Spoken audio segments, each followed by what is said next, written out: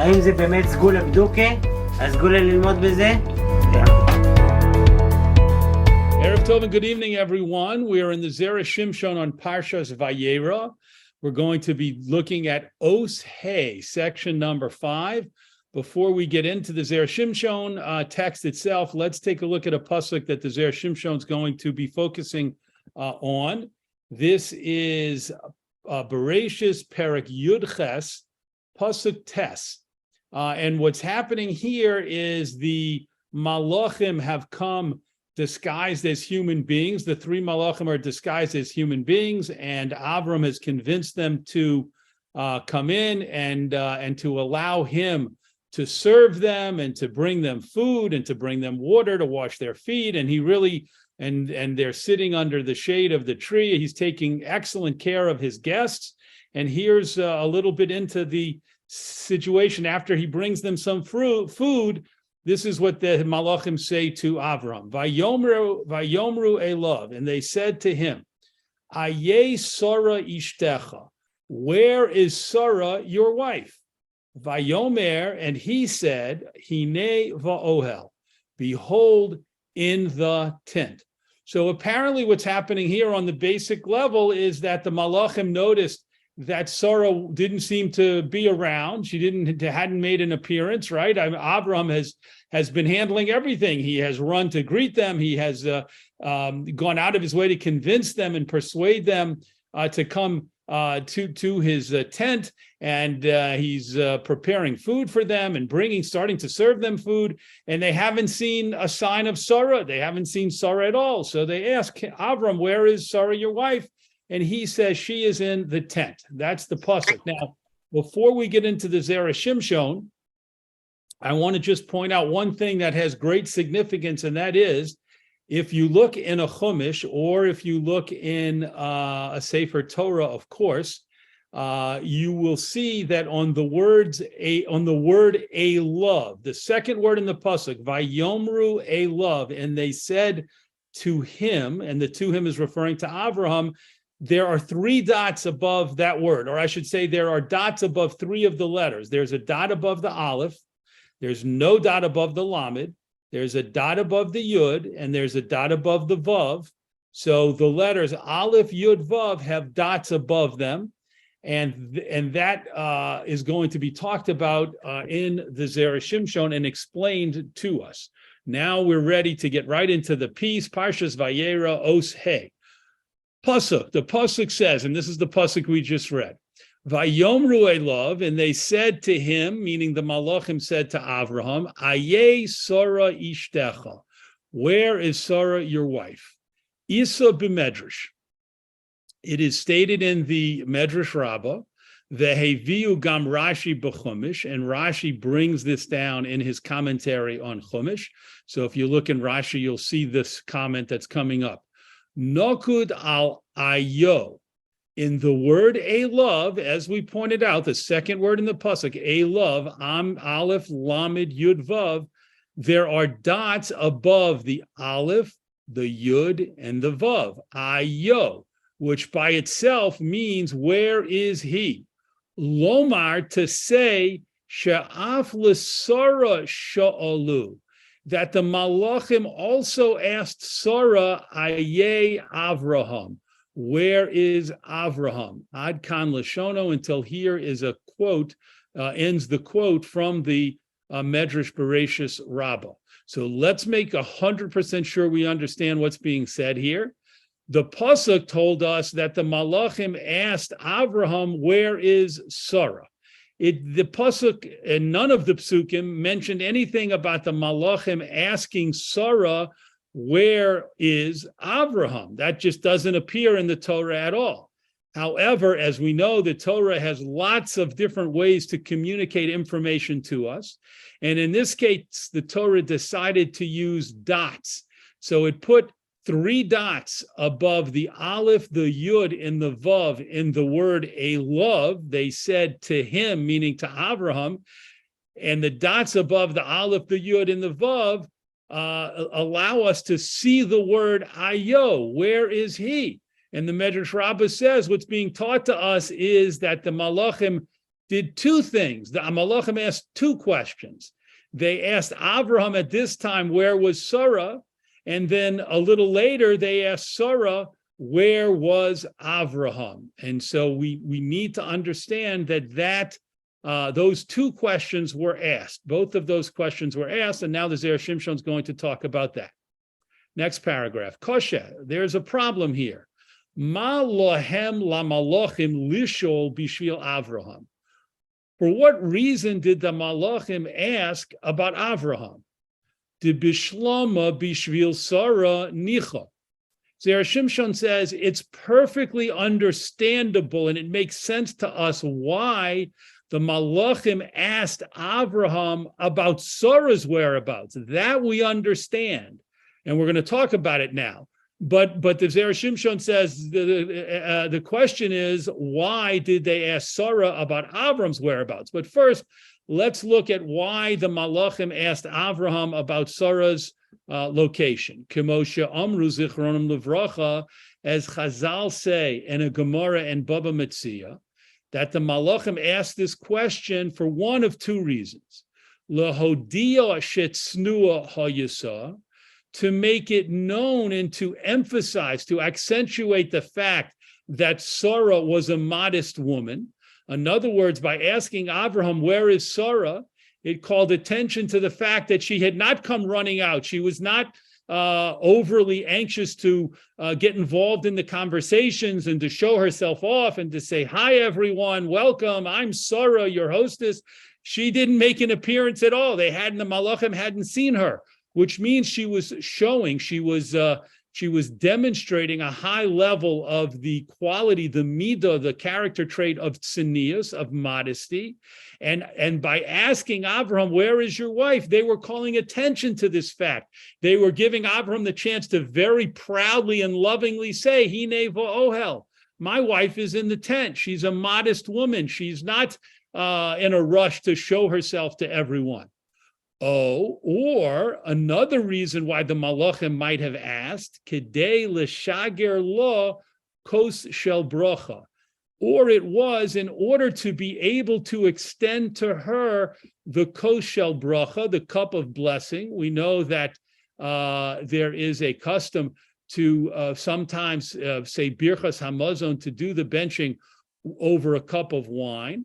And when that is done, it is a nice thing to honor your host and hostess with a sip of wine, and other people around the table too, if they would like to partake, with a sip of the wine from the kos shel bracha, from the cup of wine that was the birchas hamazon, the grace after meals, was recited on. So the Gemara in Baba Metzia brings two different reasons why the malachim might have asked Avraham about Sarah's whereabouts. Continuing, top of the second column. Omnam, however, may Avraham, asking a question, asking about Avram's whereabouts, ma tzorech hayu lohem, what need did they have, lishol alav, to ask about him. In other words, there didn't seem to be similar, or certainly didn't seem to be any obvious reasons for them to ask about Avram's whereabouts. Ubifrat lishol l'Sara alav, and specifically to ask Sarah about Avram's whereabouts.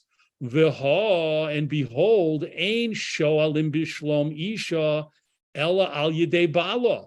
That same Gemara in Baba Metzia that the Zera Shimshon just referred to teaches us that a person should not, that it is not considered appropriate for a man to ask a married woman directly, how are you, and to initiate a conversation with her.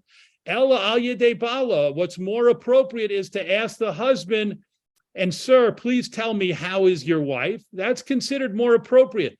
Obviously, a person should go out of his way not to place a husband in any kind of uncomfortable situation by engaging in conversations with the man's wife and asking her all kinds of questions, when it's more appropriate, according to the Gemara in Bava Metzia, to ask the husband, how is your wife, how she's doing, how is the rest of the family? That's considered more appropriate. So why did the malachim go out of their way to ask Sarah about Avram's whereabouts? Umikol shkein, shelo hayu lahem laharbos devarim ima lelo tzorech.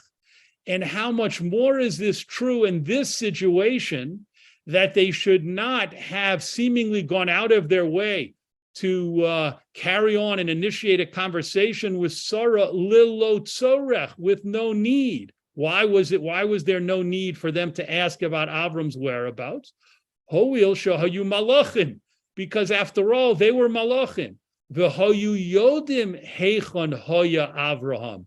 And they knew exactly where Avraham was. As malachim, they had the capacity to know of Avraham's whereabouts they were not limited by the normal limitations of sight that a person would have if they don't see Avram. If Avram steps away or goes to do something and they don't see him, well, then they don't know where he is. But the malachim had extra sensory perception and they knew where Avraham was. So there was no need for them to ask Sarah about Avram's whereabouts. Remember that when they asked Avraham about Sarah's whereabouts, the Gemara said they weren't doing that because they didn't know where she was. They knew exactly where she was. They knew she was in the tent, even though she hadn't made an appearance yet.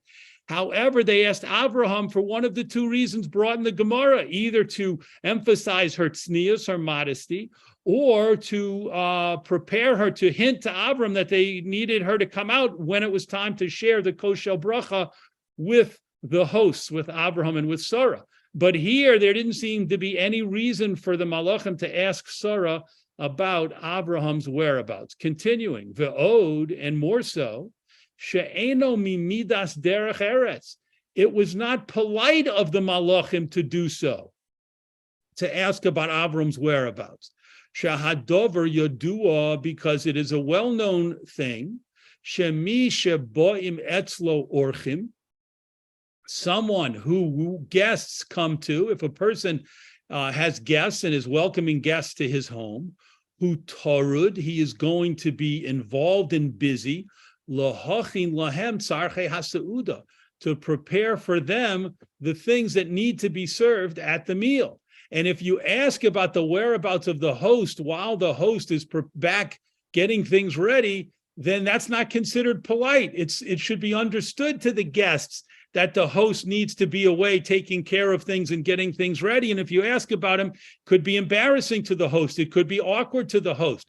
So it was impolite for the malachim to ask about Avram's whereabouts when they knew clearly that he was running around trying to prepare the food to bring to them.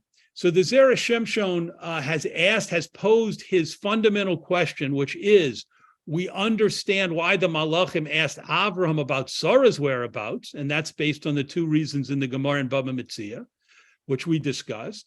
But we have no easy answer as to why the malachim asked Sarah later about Avram's whereabouts, when we have several reasons why that would be inappropriate. It's inappropriate for them to engage Sarah, a married woman, in conversation. It's inappropriate for them, especially because they knew exactly where Avraham was as malachim. So therefore, why are they asking a needless question to Sarah? And also, it's impolite and awkward for any guests. Put aside the fact that they were malachim. It's impolite. It's not derech eretz, not considered appropriate derech eretz for any guest to ask and start inquiring, well, where's Mr. Jones? Shouldn't he be here? Where's Mr. Jones? If you know he's in the back preparing the food and getting ready to bring it out. So we have our question. Now we'll move to the top of the next page where the Zera Shimshon will begin to answer this question. The Yesh Lomar, we can say, Shaham malachim she'ein lahem yetzer hara. The malachim do not have a yetzer hara. They don't have an evil inclination. They're not burdened and challenged as we human beings are with a yetzer hara that's constantly trying to persuade us to do the wrong thing and to violate the Ratzon Hashem. The malachim don't have that. In that sense, they're extremely fortunate. And as you can see, that's based on a Gemara in Masechah Shabbos. So therefore, ein lohem shum isur. Therefore, there is no prohibition whatsoever ledaber im ha'isha, for a malach to speak with a woman. the whole idea that a man should be careful about speaking to a woman, especially a woman married to another man, only applies to human beings, the Zera Shimshon says. That doesn't apply. That concept and all of its related halachas and laws, that has nothing to do with malachim. It's not relevant for malachim because they don't have a yetzer hara. Sheharei motzinu shedibru im Hagar, because we find that a malach spoke to Hagar. Remember back, remember from studying Chumash previously, but it actually is going to happen after this story where we are in Chumash right now, when Hagar ran away from the house of Abraham and Sarah, a malach found her and convinced her to go back. And so we see that story, that anecdote, that episode shows us that malachim have no problem speaking to women, and the malach did so. Ve'im eshes Manoach, and also a malach spoke to the wife of Manoach. This is in Sefer Shoftim, and Manoach and his wife were the parents of Shimshon, the famous Samson, Shimshon Hagibor. And before Shimshon was conceived, a malach came and spoke not to Manoach, not to the future father of Shimshon, but to Eshes Manoach, to the wife of Manoach. And the malach spoke to her. So that's another episode in Tanakh where we see clearly that there's no reason for malachim to hesitate or to be concerned about coming and speaking and addressing and conversing with women, even though they're in the guise of human beings. Af al pi shehoyo hamalach yochol lehamtin, even though in that case of Shimshon's parents, where the malach clearly could have waited, sheyihiyeh ba'alo imo, for her husband, for Manoach to be with her, right? The Manoach wasn't away on a trip in that story. In that story, Manoach just wasn't present at the time that the malach chose to come and speak to Manoach's wife, to Shimshon's mother. So the malach could have simply waited a little while until Manoach and his wife were together, and then have addressed the husband or addressed both of them. But the malach chose to address the mother, the female, by herself. Ve'af bepam hashenis, and even in that story, even when the malach returned for a second visit, chazar eitzel ha'isha, the malach returned to the woman, to Shimshon's mother, be'od shelo hayabala ima, when the husband again was not with her. So that's a wonderful story for to corroborate the Zera Shimshon's point about malachim having no problem, and there's no reason for malachim, when they're in the form of human beings, to speak with women, because we see in that case the malach originally chose to speak to Shimshon's mother when the father wasn't around, and then he returned a second time and spoke to Mrs. Manoach when Manoach wasn't there. So clearly the malach was making that choice for reasons of his own, but he wasn't the least bit concerned, obviously, about speaking to her not in the presence of her husband, and showed no inclination to speak to the husband instead of speaking to her. So it's clearly totally fine and acceptable and appropriate for a malach when in the form of a human being to speak to a woman and not to have any concern, even a married woman, and not have any concerns about the propriety of that. Ushe'ela hazos osu osa law, and this question that the malachim, asked Sarah about the whereabouts of Abraham, bisman she'Avraham nisrachek harbe. It occurred at a moment when Avraham was far away, sherotz achar habakar, because Avraham had run away to find, to get the best cattle, lemaras hamachpela, and he had run all the way to Maras hamachpela to do so, according, as you can see in the parentheses, according to Pirkei de Rabbi Eliezer. In other words, in the Torah, that is not told to us that Avraham had to run a far distance to chase down the cows. But we see in the Pirkei de Rabbi Eliezer that that's what happened. So Abraham was far away. The malachim knew that he was far away, and they still asked about his whereabouts. So now the Zera Shimshon will put the pieces together, top of the second column. Umeata, and now that we know everything about it, that Abraham was a tremendous distance away, and he was trying to track down the cows to bring back to slaughter and to serve, and we know everything else about the story. Eina mimidas derech eretz. Now it turns out that it would not have been polite or proper shelo yish'alu alav, if the malachim had not inquired to Sarah about Avram's whereabouts. They needed to do so. Hoil shenishtaha harbe yoser min haroi, since Avram had been held up, had been delayed much longer than would have been expected and even than would have been appropriate, right? Abraham had not only gone in the back to put some things together and serve them or put a last-minute garnish on the salad. Abraham was now far, far away and had been disappeared for a long period of time. So the malachim, who are doing their absolute best to act like human beings, and not only act like human beings, but act like very polite, refined human beings, the malachim realize normally we wouldn't ask about Sarah. We wouldn't normally ask this married woman Sarah about her husband's whereabouts. But now it would be impolite and inappropriate for us not to inquire, since clearly he's been gone for a long time. If we don't ask, it would make us appear apathetic and uncaring about Avram's well-being. Umikol shkein she'im lo hayu shoalim, and how much more so, whereas if they had not asked about Avram after this long delay, shematach shov Sarah bidata, perhaps this would have caused Sarah to think in her mind, shehem malachim, that they were malachim. It would have possibly made it that they would have ruined their deception plan, their stratagem of appearing like human beings. And Sarah might have thought these men must be malachim, sheyodim heichon hu, and they know that Avram has gone far away, umishum hachi, and because of this, einam shoalim alav. That's why they're not asking about his whereabouts. So the malachim were in a tight bind here.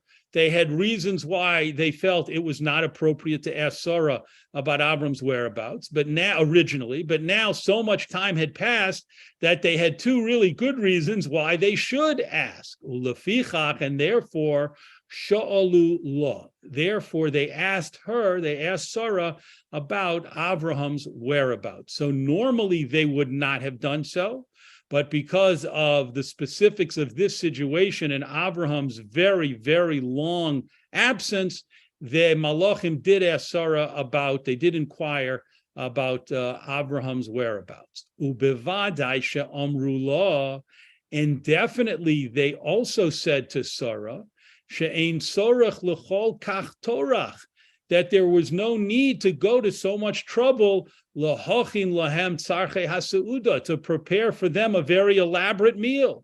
Shebedovar muat heim misratzim, because they would have pointed out that even with just a little bit food, they would be satisfied. So the Zera Shimshon clearly is demonstrating to us the degree to which the malachim were doing their very best to do an excellent acting job, actually, to act not just like human beings and capture that act as well as they could, but to act like the most refined human beings and to handle the situation with the highest level of derech eretz, with appropriate, respectful, proper behavior. And so they would have said to Sarah, please tell Abraham there's no need to be so concerned about us, to prepare so much food. We are small eaters. We'll be happy with just a little bit of food. Omnam, however, la'Avraham lo hayasolahem siba machrachas.